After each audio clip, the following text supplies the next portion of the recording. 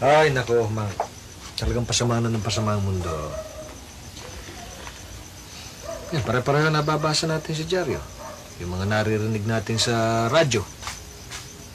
Puro kasamaan, kawalanghyan, karahasan, kriminalidad. Ewan ko nga ba kung bakit nagkakaganon. Kaya tuloy, pag sapit ng dilim parang takot na akong lumayo ng bahay. Pero, ano magagawa natin? Ba, malaki, Mang. At matagal ko nang pinag-isipan yan Sa iyo, huwag mong sabihin na gusto mong lutasin ang problema ng mundo. Hindi naman ho sa ganun. Kaya lang... Ay nako, Beda, kung ano man yung iniisip mo, kalimutan mo na. Pagkat nag-iisip ka ng imposible. Napakabigat na pasanin ang gusto mong buhatin. Mang, kung lahat naman ng tao basta't hindi nalang kikilos, magiging indifferent, magiging unconcerned, lalong bibigat ang problema ng mundo. O sige, iho. Pag tayo maging indifferent, maging concerned tayo, ay anong gagawin natin? Anong magagawa natin? Kung yung mga may kapangyarihan, nasa kanila na ang poder, ang batas, ang armas, may nagawa ba sila para sugpuin ang karahasan, ang kasamaan? Ma'am, mas mabuti raw ho yung magsindi ng isang kandila kaysa ipagkibit-balikat ang dilim. Sa akin sa palagay ko, pinakamabisa niyan yung pangaral, yung apil sa puso, yung reforma, yung espiritual. Naku, iho. Napakahabang panahon na ang iniukol ng mga simbahan dyan, ng mga moralista. Pero may nagawa ba sila? Wala. Sa halip pa nga, ayan. Pasama ng pasama ang mundo. Kaya ang mabuti pa, pabayaan mo na lang yan sa mga may kapangyarihan. Sa mga pulis. O sa mga pare. Mang, iyan nga ang gusto kong sabihin sa inyo Gusto ko magpare. Ano ka mo? Nagpapare ka? Bakit Tutol ba kayo? Beda, hindi yan ang ambisyon ko para sa'yo. Sinisikap kitang pag-aralin. Hindi upang magsuot ng abito, kundi maging isang profesional. Maging accountant o ininyero kaya. Alam mo naman ang kalagayan ko. Wala na ang papang mo. Gusto ko sana, pagdating ng araw, makatulong ka sa ating kabuhayan. Ma'am, pinalaki po ninyo ang maging relihiyoso, kaya naging malapit ang relihiyon sa puso ko. Kailangan ba magpari ka pa? Opo, ma'am. Sapagat hindi lamang yung sariling kaluluwa ko ang gusto kong mailigtas, kundi gusto ko rin makatulong naman na magligtas ng iba. Magagawa mo rin yan kahit hindi ka magpare. Nakikiusap ako sa iyo. Matagal ko na po pinag-isip ang bakit ito. Desidido na ako.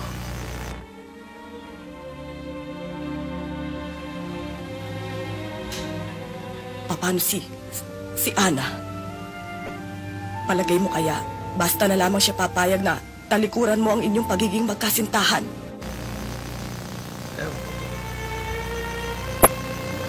Kakusapin ko siya. Bakit, Beda? Bakit? Bakit? Bakit?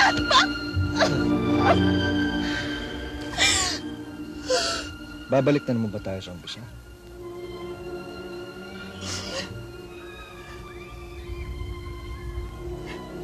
Masyado kasi akong nabigla. Nung huli tayong nagkausap, may pahiwatig. Wala kang sinabi sa akin na balak kang magpare. Sapagkat gusto kong makapag-isip sa akin sarili. Gusto kong makapag-desisyon. Desisyon na hindi mo man lang ako kinausap. Look, sinabi ko na naman sa'yo, I'm sorry.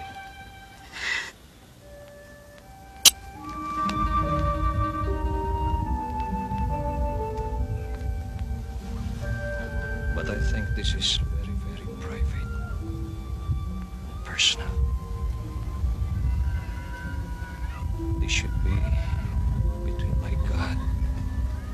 conscience. Ganun naman pala. Bakit pinabayaan mong mahulog ang loob ko sa'yo? Ngayong mahal na kita. Saka pa mangyayari ito. Unawain mo sana ako.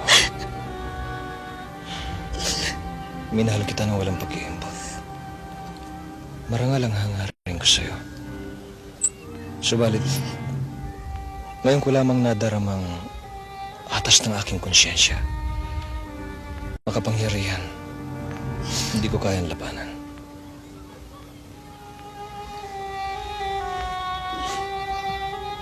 Akala mo ba hindi ako nagdaramdam? Napakasakit din sa loob ko nito. Subalit kailangan gawin ko ang sakripisyong ito.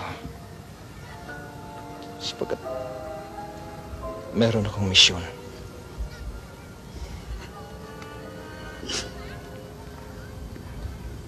Paano ang ating relasyon? Paano ang pag-ibig ko sa'yo? Naging tapat ako sa'yo.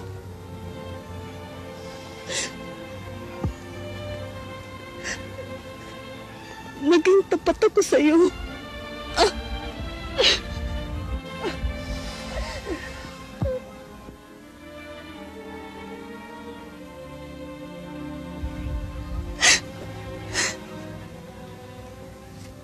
Ang tapat na pag-ibig ay mapagpahinuhod.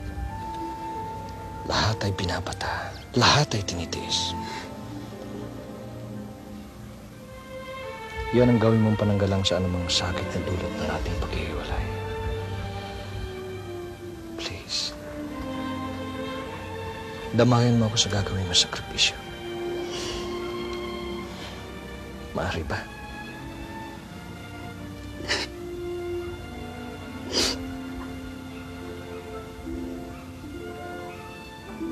Maaari ba?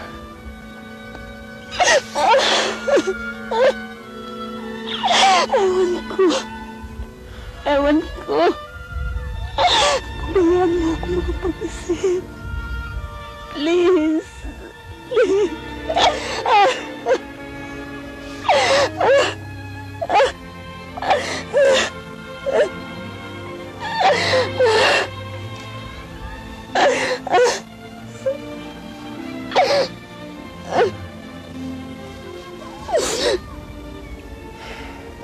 Bukas pupunta na ako sa seminaryo. I-interviewin ako para malaman ang qualification ko sa aking pagpapare.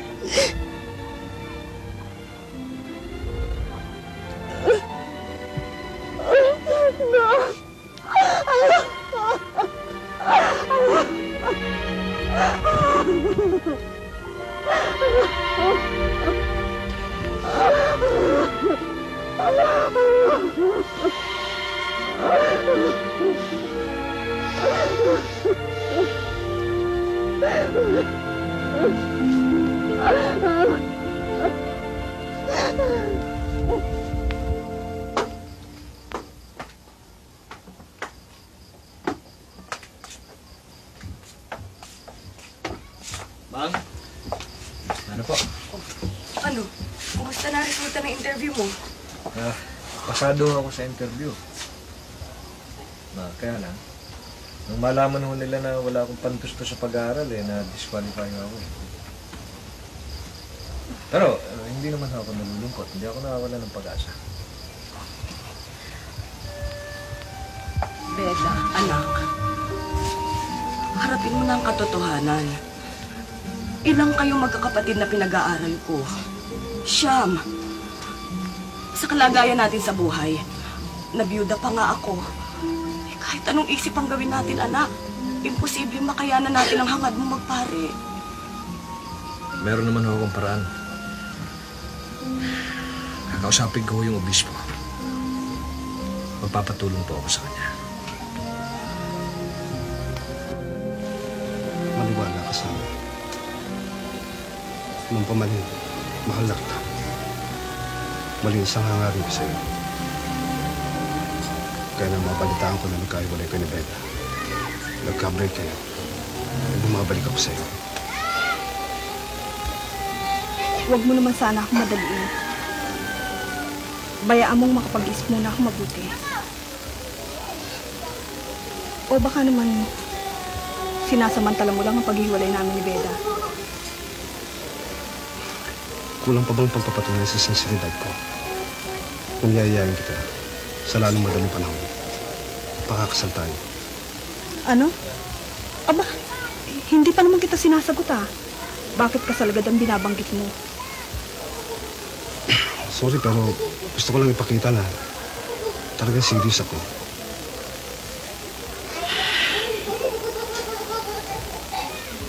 Naguguluhan pa ako sa mga pangyayari. Pabayaan mo munang siguruhin ko mabuti ang sarili ko.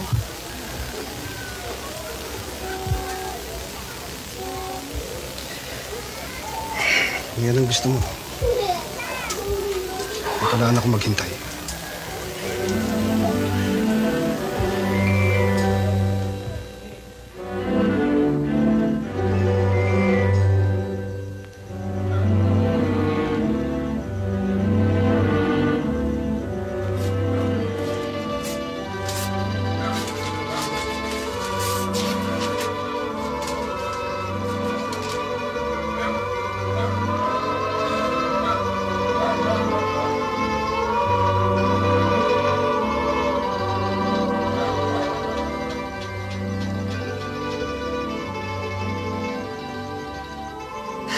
Anong sinasabi? Mag, pinapupunta ako na obispo sa seminaryo sa lalong madaling panahon. Dahil nakakita na raw siya na magtutustos sa pag-aaral ko ng papapare.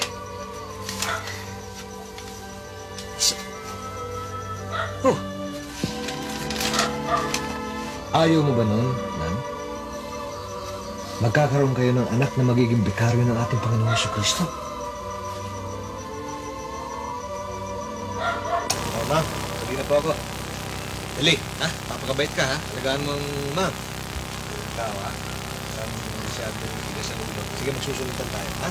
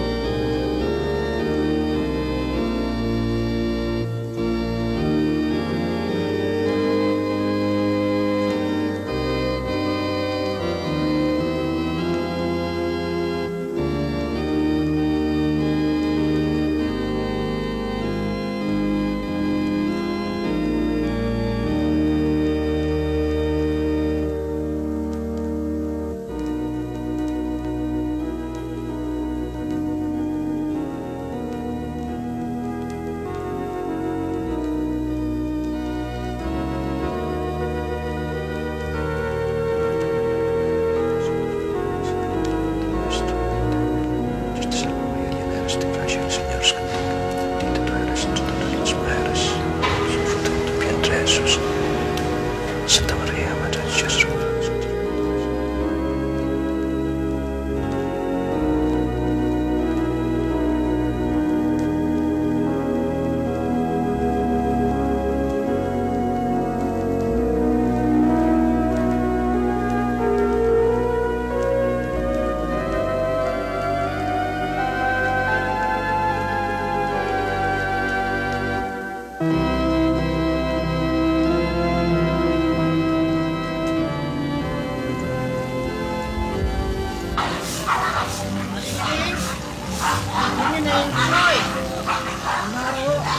May sulat po kayo?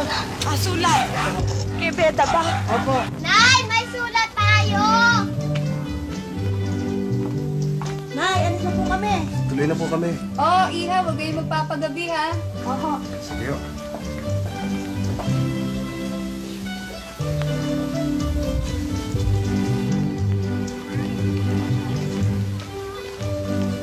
Ana, may sulat ka galing kay Beda. Wala naman. Oh, bakit nakakulot ang noo mo? Hindi naman Wala yan. Para wala kang inaalala. Sabay natin basahin. Oh, ikaw na magbukas. Hindi na, ikaw na lang. Sige na, buksan mo na. Sige na. Nagtitiwala akong kayong lahat ay nasa mabuting kalagayan tungkol sa aking pag-aaral. Medyo mahirap, ngunit nakakasulit naman. Kaya inaasahan kong may papasa ko rin ang mga dapat ko pang pag-aralan dito. Gaya ng 2 taong kurso sa Latin, pag-aaral ng Biblia, ng wikang Griego. Umasa kang lagi ko ipagdarasal ang iyong kapakanan at naway maging maligaya ka sa hinaharap mo pang mga araw. Sa awa ng Poon ay nakasisiya naman ang mga grades ko at pag nakatapos ako rito sa loob ng 6 na taon ay ililipat kami sa San Jose Seminary sa Quezon City upang doon tapusin ang aming kurso. Saan naman? Oo. Diyan ako ng Brother Beda. Oo. Saan sa ligaw ko ba kasi? Hindi, sa Gapo. Morning, Father. Morning. Morning. Morning. Doon sa elder brother ko. Doon ko na magbigay po, magbigay Probably.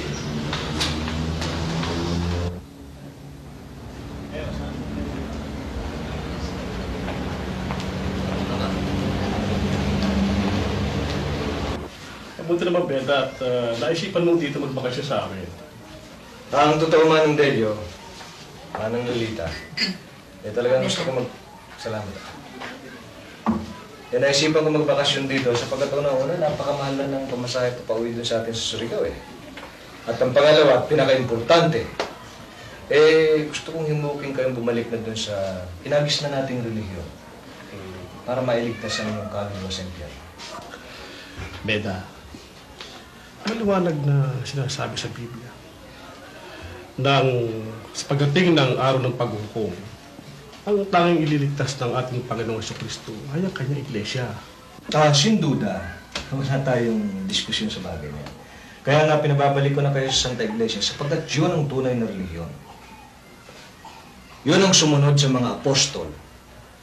Kaya nga apostolika Beda, mahigit na 6 na taong ka sa seminaryo. Siguro naman napag-aralan na ang buong Biblia. Meron ka bang nabasa man lang, kahit isang talata, na sinasabing ang pangalan ng iglesyang itinayo ni Kristo ay Iglesia Katolika Apostolika Romana? Hindi yun ang importante, Manong. Kundi ang otoridad sa pangangaral bilang kahalili ng mga apostol at bikaryo ni Kristo. Bikaryo? Kahalili? Ni Kristo? Oo. Nang umakyat sa langit ang Kristo, ang Papa at ang mga pare ang siyang humalili sa Kanya upang mangaral dito sa lupa. Ang Apostol Pedro ang ginawang ulo ng Santa Iglesia. At ang Santo Papa naman ang kahalili ng Apostol Pedro. Mababasa ba yan sa Biblia? Mangmaring hindi. Pero madidiwa. Sariling kuro yan. At saka huwag mo sabihin na hindi importante ang pangalan. Sinasabi sa Biblia na sa pangalang Kristo lamang may kaligtasan. Sandali lang. Mas mainam siguro kung yung ministro namin sa iglesyang makausap mo para magkaliwanagan kayo. Bakit po itinuturo ninyo na hindi ang Santa Iglesia Katolika ang tunay na iglesyang itinayo ng Panginoong Jesucristo? Gayong sa mulat-mula pa sila ang humalili sa mga apostol.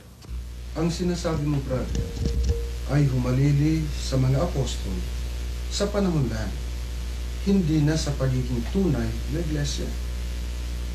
Ibinabala ng mga apostol na tatalikod ang unang iglesia na itinatag ng ating Panginoong Jesucristo noong unang siglo.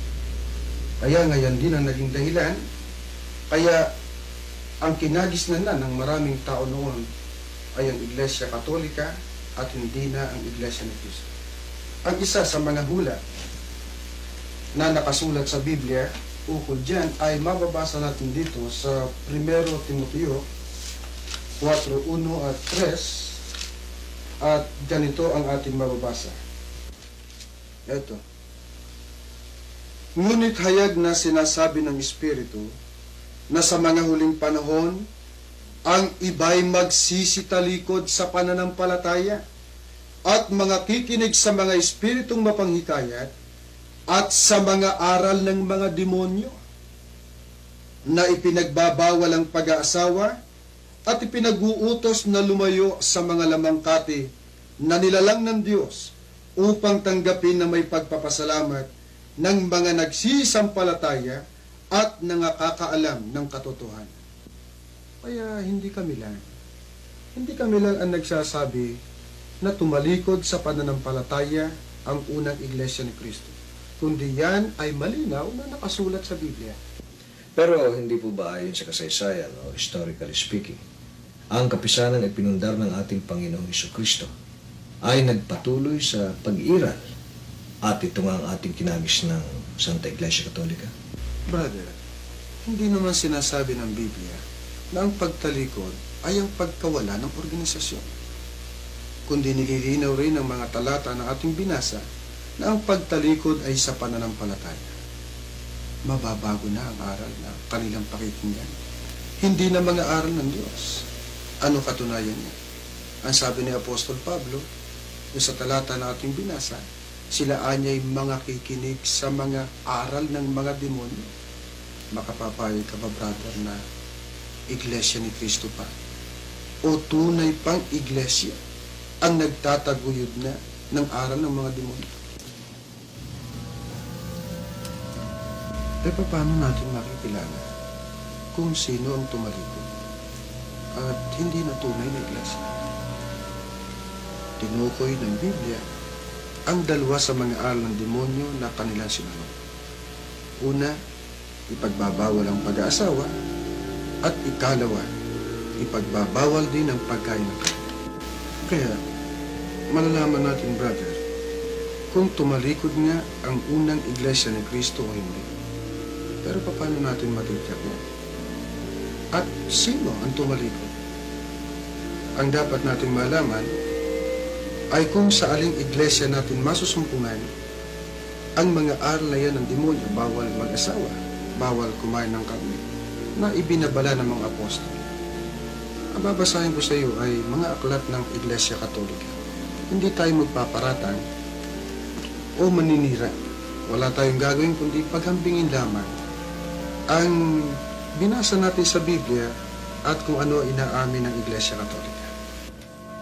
Sa aklat na pinamagatang Siyang Inyong Pakinggan, ang aral na Katoliko, na sinulat ng isang paring Katoliko na si Enrique Demon, ay ganito ang ating mababasa sa pahina 139. Sa ikalawang utos ay ipinag-uutos ng Santa Iglesia Katolika sa atin na mag-ayuno at huwag kumain ng anumang lamangkati o karne sa mga araw na ipinagbabawal. At dito naman sa isang aklat na ang pamagat ay ang pananampalataya ng ating mga ninuno na sinulat naman ng isang kardinal nila, si James Cardinal Gibbons, sa pahina 396 ay ganito naman ang ating mamabasa. Ito.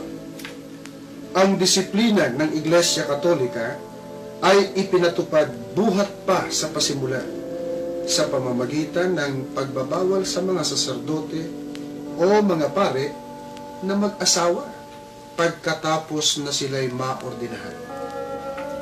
Kaya, brother, kahit na ano pang imatwid ng Iglesia Katolika ukol sa mga pagbabawal na ito, tiyakang sinasabi sa atin ng Biblia ng pagbabawal ng pag-aasawa at ang pagbabawal nila ng pagkain ng karne ay mga aral kapwa ng demonyo.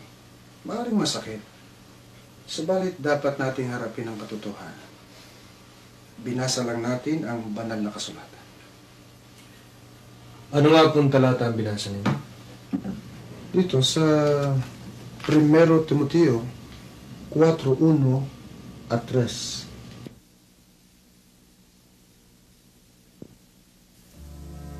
Mga aral ng demonyo, bawal mag-asawa, bawal kumain ng karne.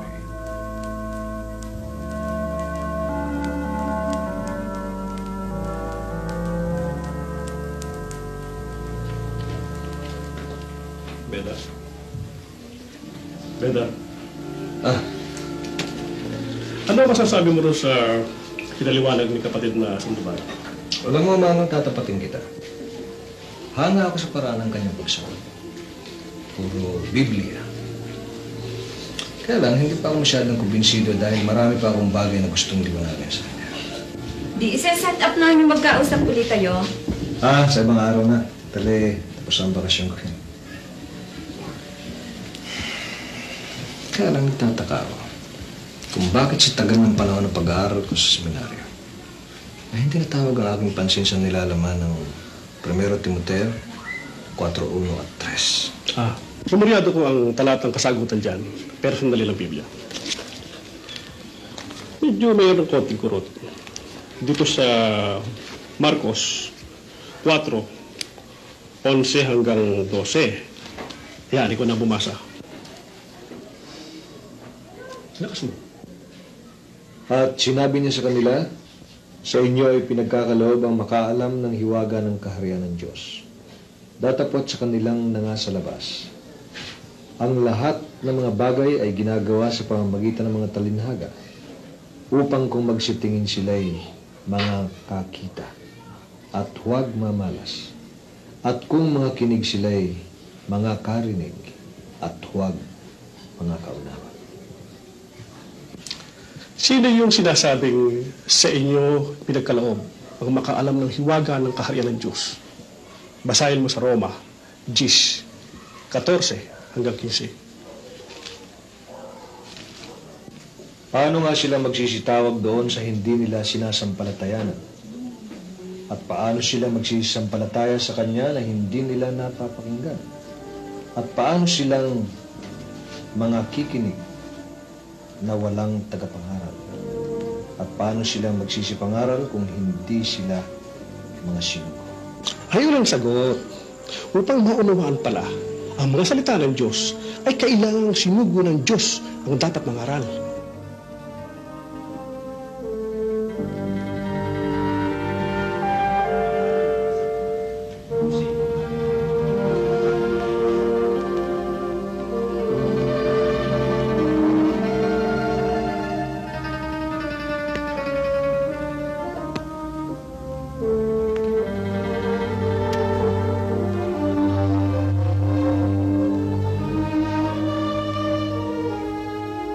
Mga aral ng demonyo, bawal mag-asawa, bawal kumain ng karne.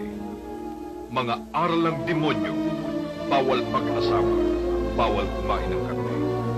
Mga aral ng demonyo, bawal mag-asawa, bawal kumain ng karne. Mga aral ng demonyo, bawal mag-asawa.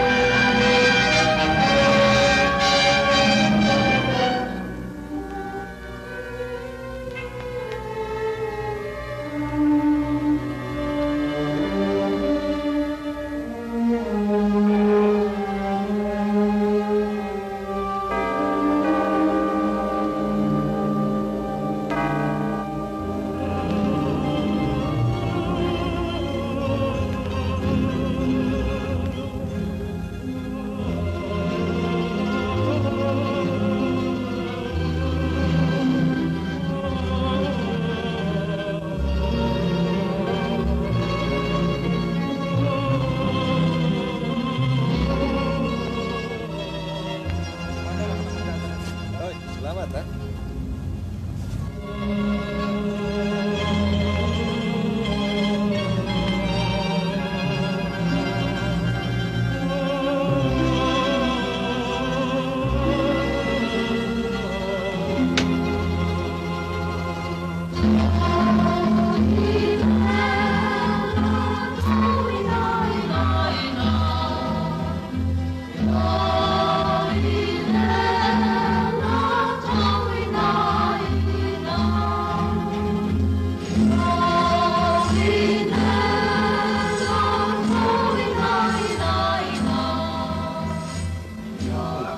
Saan ba kayong dalawang yun? Sa Plateria. Sa Bislig. Sa Bislig? Malapit lang dito yun. Eh, ikaw ba naman saan ka ngayon? Kaya alam mo eh. Uy! Oh, Father! Oh, Ben! Pinakalaman namin itong kopi mo. Ay, good. Okay, Father. Oo. Thank you, katatapos ko lang. Pasensya na kayo at marami kasi akong kausap dun sa labas eh.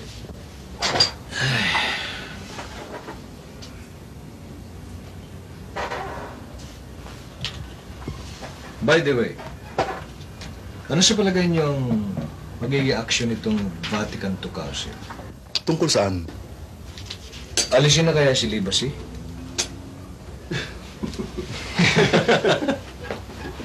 Ba't kaya nagtawa na? Ikaw naman kasi, parang gigil-gigil ka magkaroon ng asawa eh. Hindi naman sa ganun. Pambihira kayo. Huwag niyong sabihin ni minsan hindi sumagi sa isip niyong mag-asawa.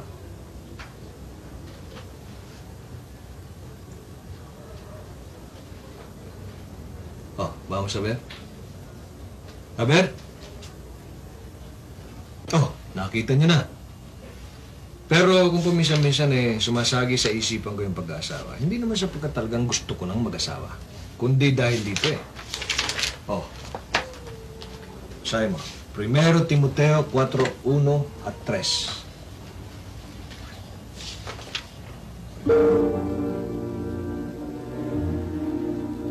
Mga aral ng demonyo, bawal mag-asawa, bawal kumain ng karne.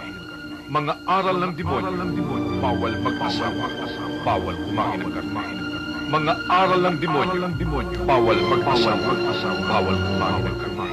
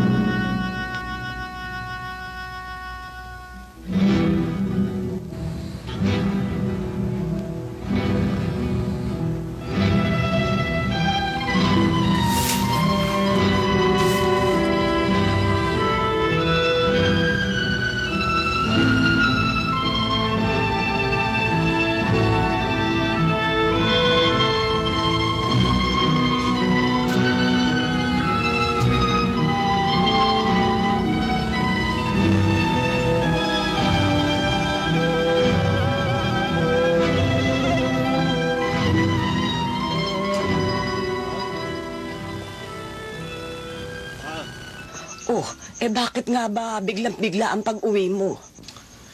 Hindi kasi ako mapagkatulog sa gabi, Mang eh. Bakit?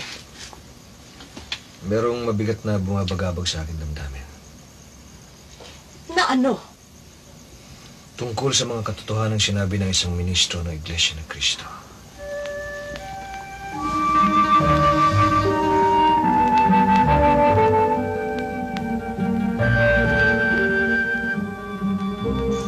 Beda, naloloko ka na ba? Pare ka pa naman. Kung kami nga mga saradong katoliko, ikaw pa?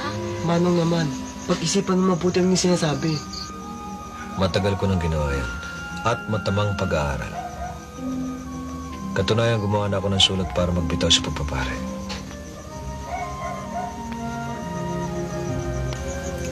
Beda, alam mong tutol na tutol ako noon pa sa pagpapari mo. Pero ngayong pari ka na, isinasama ng loob ko mga sinasabi mo. Iglesia ni Cristo.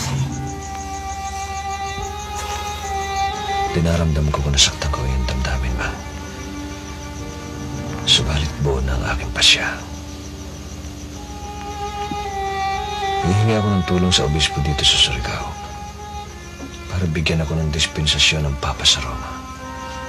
Sapagkat ayokong sasabihin niyo ng pagdating ng araw na ako'y itiniwalag o nagtaksil na pare.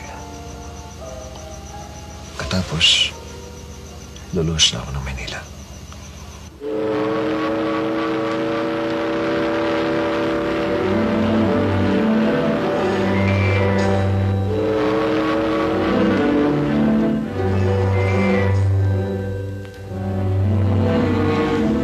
Madali ang aking pagluwas ay upang ipagpatuloy ko ang pagsasaliksik ng katotohanan. Salamat sa Panginoon Diyos. At itinulot niya ikaw ay makarating sa ganyang kaisipan. Kakausapin ko ang ating Pangulong Diakono para masimulan ang pagdodoktrina sa iyo.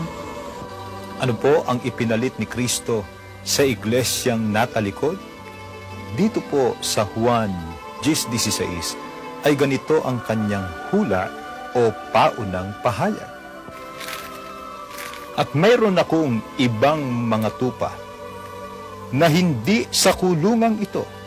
Sila'y kailangan din namang dalhin ko at kanilang diringgin ang aking tinig at sila'y magiging isang kawan at magkakaroon ng isang pastor. Ano po ang ipinalit ni Kristo sa iglesyang natalikod? Hinulaan ni Kristo na mayroon siyang ibang mga tupa na magiging isang kawan. Ano po ang tinutukoy na kawan? Ipinaliwanag ng mga apostol dito po sa Gawa 20:28, atin pong basahin. Ingatan ninyo ang inyong sarili at ang buong kawan na sa kanila'y ginawa kayo ng Espiritu Santo na mga obispo upang pakanin ninyo ang iglesia ng Panginoon na binili niya ng kanyang sariling dugo. Ano po ang tinutukoy na kawan? Iglesia ng Panginoon o Iglesia ni Kristo. Pero ang hinuhulaan bang ibang mga tupa ni Kristo na magiging isang kawan ay doon kabilang sa Iglesia ni Kristo noong unang siglo? Ang sabi po ng ating Panginoong Hesukristo, sila'y hindi sa kulungang ito. Kung gayon, ang ibang mga tupa ni Kristo ay hindi ang mga kaanib sa Iglesia noong unang siglo.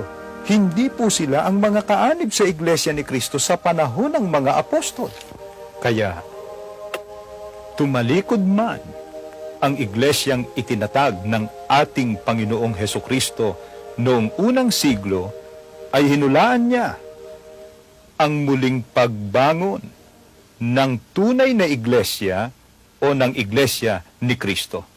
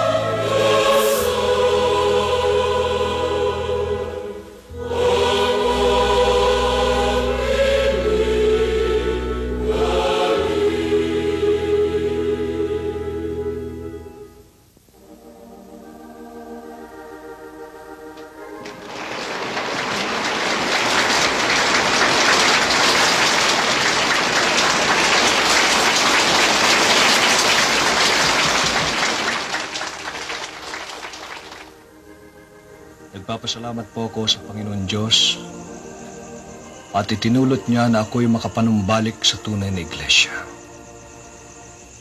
Wala po akong sama ng loob. Wala po akong hinanakit sa sino mang Katoliko o sa mga paring dati kong kasamahan. Ngunit hindi ko po matatalikuran ang katotohanan ng aking natuklasan. At hindi ko maipipikit ang aking mga mata sa liwanag ng aral na aking tinanggap sa loob ng Iglesia ni Kristo.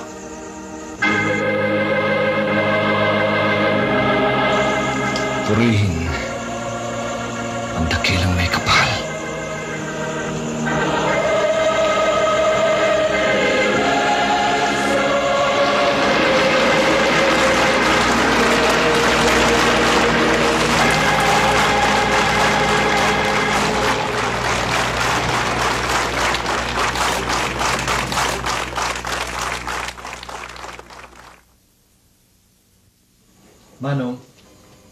Manang Lolita. Nagagalak ako sapagkat sa awa ng Diyos nasisiguro ko ng kaligtasan ng aking kaluluwa. Kaya lang, parang binabagabag ako ng aking konsyensya. Dahil sa 7 taong kong pagpapare. Bakit pa? Kalimutan mo na yung nakaraan. Harapin mo yung kasalukuyan. Siya nga naman. Magtalaga ka sa pagka-iglesia ni Cristo mo at idalangin mo sa Panginoon Diyos na makapanatili ka hanggang bukas. Noong panahon ng taan, wala akong kamalay-malay na naging instrumento ako sa pagpapasunod sa mga tao sa maling aral. Kaya parang na rin akong tumulong sa pagbubulid ng kaluluwa sa impyerno. Ngayon naman, gusto kong makatulong na maagaw sila sa tiyak na parusa. Kaya ipinasiya kong maging ministro.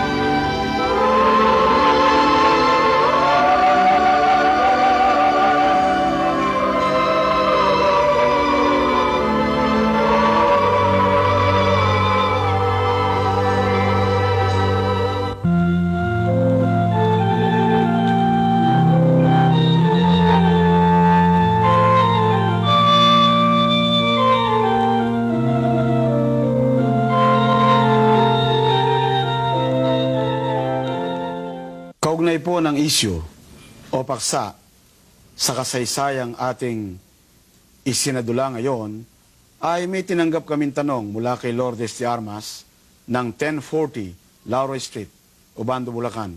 Kababayan ko pa pala nagtanong ho. Ang tanong niya ganito, bakit daw po ang mga ministro sa Iglesia ni Cristo ay pinahintulutang mag-asawa? Ang sagot po namin ay sapagkat hindi po kailanman ipinagbawal ng Panginoon Diyos sa mga ministro ng tunay na iglesia ang mag-asawa ng ayon sa kalooban ng Panginoon. Alam ninyo marahil at nabasa na sa dulang inyong sinubaybayan na ang nagbawal po ng pag-aasawa ay hindi ang Diyos, kundi ang kalaban ng Diyos, ang dyablo. Kaya kapag kami ho ay pinagbawalang mag-asawa, lilitaw, mahahanay kami doon sa relihiyon na hindi sa Diyos. Kaya po, ang tunay na iglesia ay makikilala nyo, ang sinusunod ay aral ng Diyos. Bakit po? Bakit kaya ang mga tunay na ministro sa tunay na iglesia ay pinapayagang mag-asawa? Ito po ay babasahin ko sa Genesis sa 2:18, 21 at hanggang 24 na. At sinabi ng Panginoon Diyos, hindi mabuti na ang lalaki mag-isa. Si ilalalang ko ng isang katulong niya. Ano po sabi ng Diyos? Hindi mabuti na ang lalaki ay mag-isa. Kaya anong sabi niya? Ilalalang ko siya ng isang katulong niya.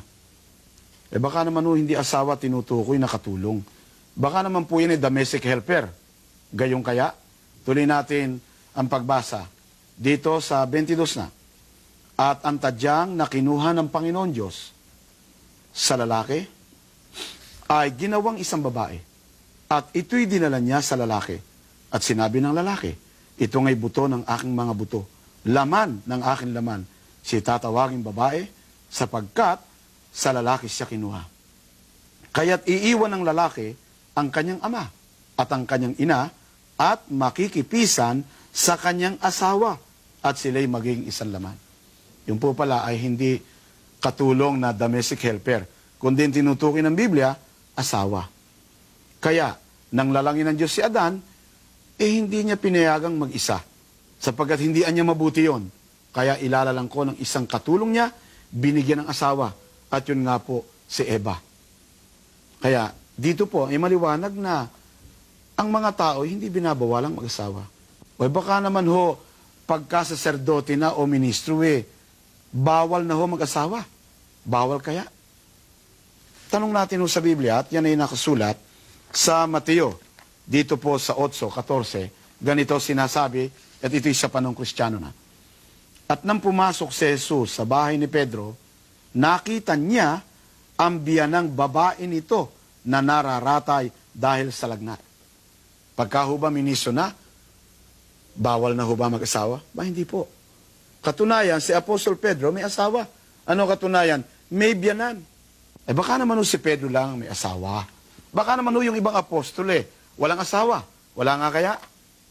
Eto ho, hindi ko malam kung ginang Lourdes kayo o bini-bini, pagkat hindi nyo nilagay sa inyong sulat.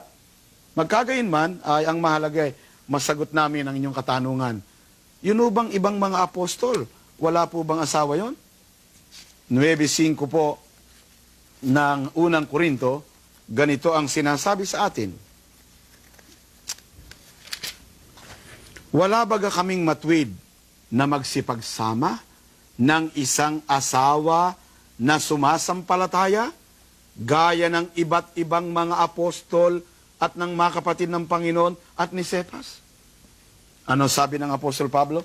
Wala baga kaming matwid na magsipagsama ng isang asawa na sumasampalataya, gaya ng iba't ibang mga apostol? Kung gayon, ang iba't ibang mga apostol ay may asawa. Maaaring itanong ng iba, si Pablo ho, may asawa ba yon? Wala nga. Pero walang nagbawal sa kanya. Kung hindi man siya nag-asawa, kusan loob niya yon. Ito kayang mga pari ho, sa kasalukuyan, yan ba'y kusan loob? O napilitan lang sila dahil may nagbawal sa kanila? Ako po hindi magbibintang sapagkat masama ho yun. Dito po sa Modern Times and the Living Past, sinulat po ng historiador na si Elson, pakinggan yung sabi ho. Nung taong 1073, Si Hildebrand ay umupo sa luklukan ng Papa. Tinaglay ang pangalang Gregorio VII, ang isa sa mga pagbabago na kanyang ginawa na ukol sa mga may asawang pare. Isang matandang batas ng Iglesia Katolika, yung mga pare hindi dapat mag-asawa. Subalit ipinagwalang bahala ito ng marami sa kanila. Libu-libong mga pare ang namumuhay na kasama ng kani-kanilang mga asawa. Inutusan sila ni Gregorio na hiwalay nilang kalang mga asawa. Nagkaroon ng laganap at mahigpit na pagtutol laban sa alituntunong ito. Subalit sa wakas, ang tuntunin naging pangkalahatan sa Iglesia Katolika Romana. Ang mga pare ho ba, kusan looban nila ang hindi pag-aasawa? Hindi po. Gustong-gusto nga nilang mag-asawa eh. Tutol ang budhin nila sa hindi pag-aasawa. Ngunit dahil sa inibatas ng kapapahan, si Papa Gregorio VII, napilitan sila na hindi mag-asawa. Ngayon, maaaring sabihin ng iba, aba, meron ng batayan ng pare, kaya bawal mag-asawa? Ano rin pinagbabatayan nila? Mabuti basahin ko sa unang Korinto 7:8, ganito po ang basa natin sa Biblia. Datapwat sinabi ko sa mga walang asawa at sa mga babaeng bao, mabuti sa kanila kung sila'y magsipanatiling gayon sa mga katwidbagay gaya ko. Sabi niya ni Pablo eh. Kung si Pablo walang asawa, eh sabi niya, mabuti pa doon eh sa mga babaeng bao at sa mga iba, huwag na rin mag-asawa, katulad ko. Aba, yan ho ba'y batas ni Pablo? At batas ba ng Diyos yan? Sinagot din ho, kasunod na talata lang eh. Meron sinasabi si Pablo, eto po, 9. Ngunit, kung sila'y hindi makapagpigil, ay magsipag-asawa, sapagkat magaling ang mag-asawa kaysa mangagningas ang pita. Kaya, mabuti pa mag-asawa. Hindi ho bawal ang mag-asawa eh. Eh kung bawal yan, ba't nag-asawa si Apostol Pedro? Kung bawal yan, bakit ang iba't ibang mga apostol ay may asawa? Kung bawal yan, bakit sinabi ni Apostol Pablo, dapat ng obispo merong isang asawa? O di hindi ho bawal sa tunay na ministro ang mag-asawa. Kaya sa loob ng tunay na iglesia, pinahintulutan ng ministro na mag-asawa. Pero isa lang. Yun ang sabi ng Biblia. Kaya yung pareho, sa hindi nila pag-aasawa, eh hindi utos ng Diyos ang sinusunod. Eh anong utos? Utos ho ng Papa. At, uulitin ko sa 1 Timoteo 4:1-3, aral ho ng demonyo yan eh. Hindi ho sa Diyos galing yan. Magagalit ho ba kayo sa aral ng Diyos? Alam namin, hindi. Sapagkat alam namin na ang mga Kristiyano sumasampalataya sa sinasabi ng banal na kasulatan. Umaasa kami na iyan ay maliwanag po sa inyo at sana ay ang kababayan kong si Lourdes de Armas ay maliwanagan sa sinasabi ng Biblia na ang tunay na ministro sa tunay na iglesia pinahintulutang mag-asawa sapagkat kailanman walang ipinagbabawal ang Diyos na ang tunay na ministro ay mag-asawa. At sa muli, inaasahan naming susubaybayan ninyo ang palatuntunan ito sapagkat nananalig kami na sa pagsubaybay ninyo, makikinabang kayo at ang inyong kaluluwa at magkakasama-sama tayo sa matuwid na paglilingkod sa Diyos. Kami po ay lubos na nagpapasalamat sa inyong pagsubaybay. Kung meron kayong katanungan, batay sa paksang inyong napakinggan, ay sumulat sa palatuntunan ang Iglesia ni Cristo, care of Iglesia ni Cristo Central Office, UP Box Diliman, Quezon City, 3004. Malugod din namin kayong inaanyayahan na daluhan ang mga pagsamba at pagdudoktrina ng Iglesia ni Cristo.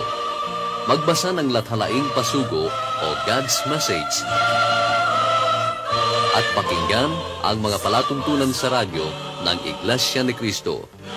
Makipag-ugnay sa sinumang may tungkulin o sa ministrong nakadestino sa pinakamalapit na lokal ng Iglesia ni Cristo sa inyong pook.